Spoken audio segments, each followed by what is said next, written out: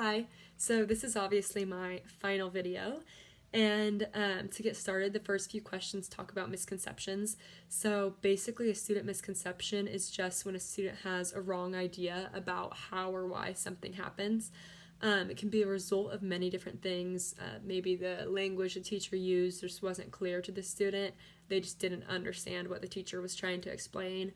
I feel like oftentimes it's just a lack of transfer knowledge, so maybe the student understands it in the textbook but can't quite transfer that information to then like a real life experience, or how that phenomenon actually happens in real life. Or maybe sometimes understanding is expected too soon, so before the student was able to explore the activity on their own and kind of decide things and see things for themselves. Anyways, misconceptions can happen for a number of different reasons, but a few common misconceptions.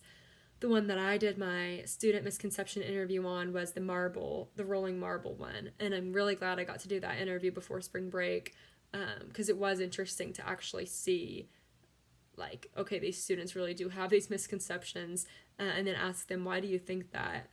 Have you learned about this? Where does this idea come from that you're basing your answer on?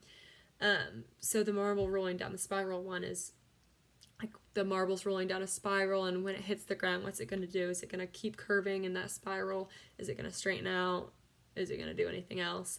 And during my interview, I interviewed a few students, and one of them got it right. One of them knew that it straightened out, and they said the reasoning for that was because they had actually tried that experiment before. So again, their understanding came from the explorer aspect. They had seen it firsthand.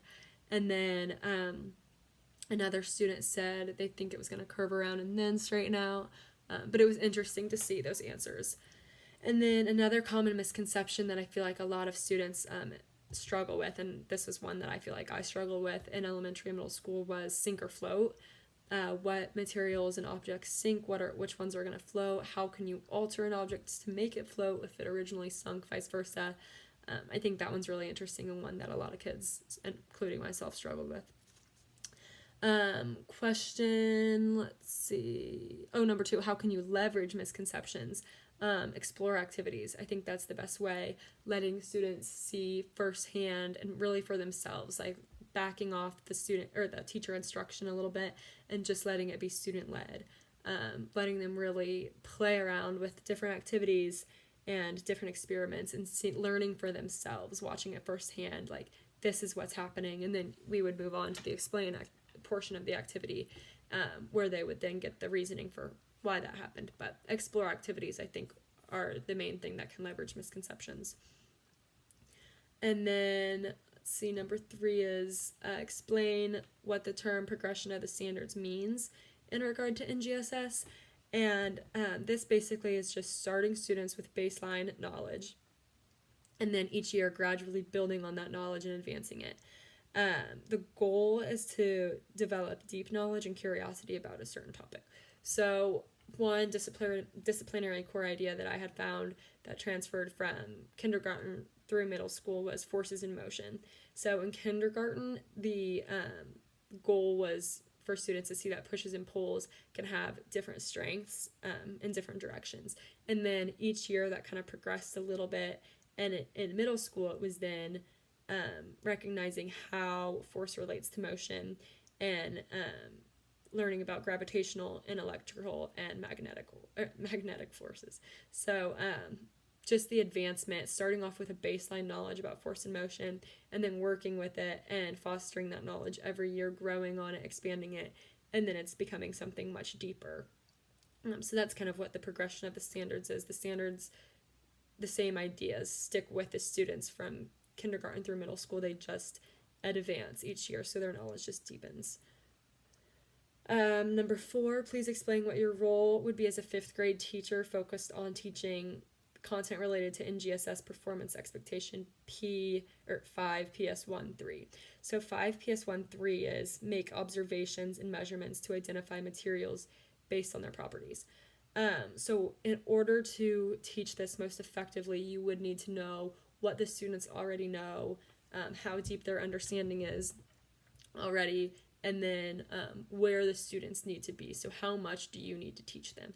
So there is a 2nd grade physical science standard that says students would need to analyze data from testing different materials to determine which materials have properties that are best suited for their purpose. So in second grade, students are already kind of working with this general idea and developing a baseline knowledge about this idea. And then in fifth grade, we would actually do this standard. And then in sixth grade, what they would need to do, there's a middle school standard that says analyze and interpret data on the properties of substances before and after the substances interact to determine if a chemical reaction has occurred, and then gather and make sense of information to describe that synthetic material comes from natural resources. So the whole idea of the making observations and identifying materials based on their properties, that one's going to carry through to the middle school one pretty directly, making these observations.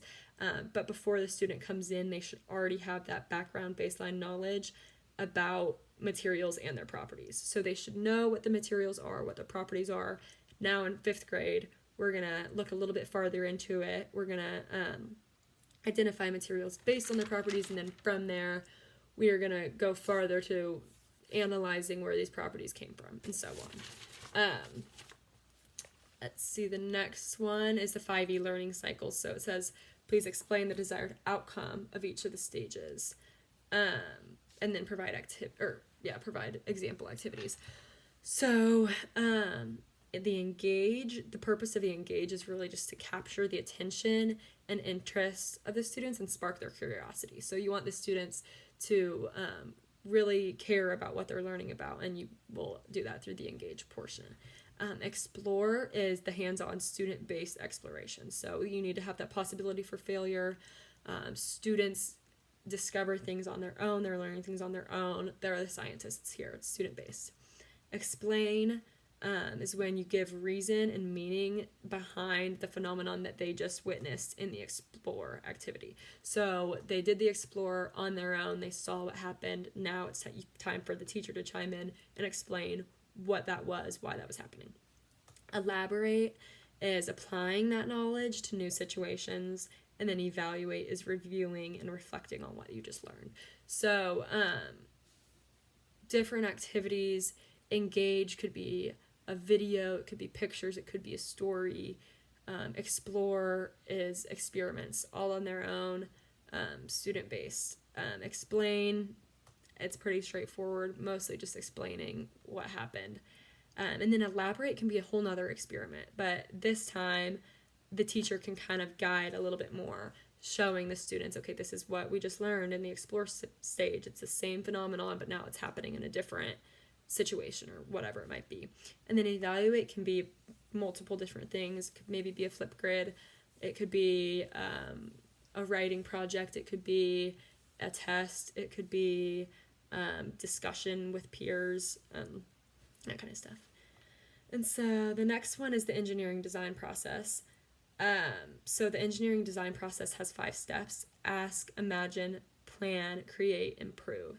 And they're flexible. So it goes in that order, but not always. And not always are students going to go through all 5 steps in one lesson.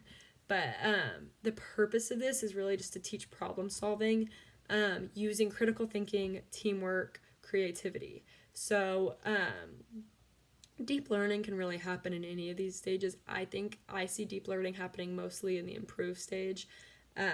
In the improve stage, this would give students the opportunity to go back and alter what they had just created and make it better. So using the plan that they had originally created, the questions they had originally asked, the things they had originally imagined, and then the things they had originally created, they're going to use all those things to figure out how they can then improve whatever they have created. So I think that's where the deep learning really happens, because you are seeing what you did originally and thinking, how can I make this better? What am I going to add? What am I going to take away? Blah, blah, blah, whatever. This makes me think of the robot example that we did in class. We basically moved exactly through these phases, but my deep learning occurred in the improve stage. So we had moved through the ask, imagine, plan, and then we had built the robot. And then afterwards, we had the challenge of adding a second weight to the robot. And then, of course, the robot didn't move anymore. So our challenge was, how can we get this robot to have a little bit more power to carry the additional weight? And that's really when my deep learning happened.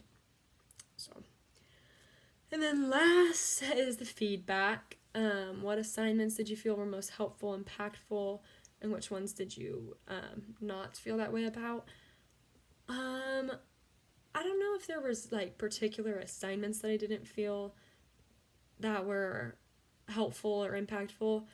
It was mostly just the pre-coronavirus and post-coronavirus. I thought that this in-class portion of this class was just so interesting, and the way it was taught, it was so easy to like just tune into that class and get interested in it. And when it was online, it was just, I was still interested in it and tuned into it because I had the in-class portion like that showed me that, okay, this stuff is, I really need to care about this stuff, this is important. But it just was harder to be as engaged in it. And so pretty much all the activities that were online at the end of the semester, I just felt like I didn't get quite as much out of it as I did compared to all the activities we did in class or before we were sent home for the semester. So that's kind of out of everyone's control. It's no one's fault, but I don't really feel like there was like certain assignments that I didn't like or I didn't feel like helped me, but it was more just like the ones in class were just a lot more helpful. So anyways, I love this class. This is by far my favorite class in Block B. That was pretty much thanks to Mr. Alberto. You're like the best teacher, one of my favorites, and one of the most impactful to me, and that's kind of why that online portion just was, it wasn't your fault. The material is still great, but it's just you're missing that whole teacher relationship part, which was one of your strong suits. So anyways, thank you. I look forward to seeing you in the fall, seeing you around. Maybe I'll have some more questions, that kind of stuff. But for now, I loved this class. Thank you so much, and goodbye.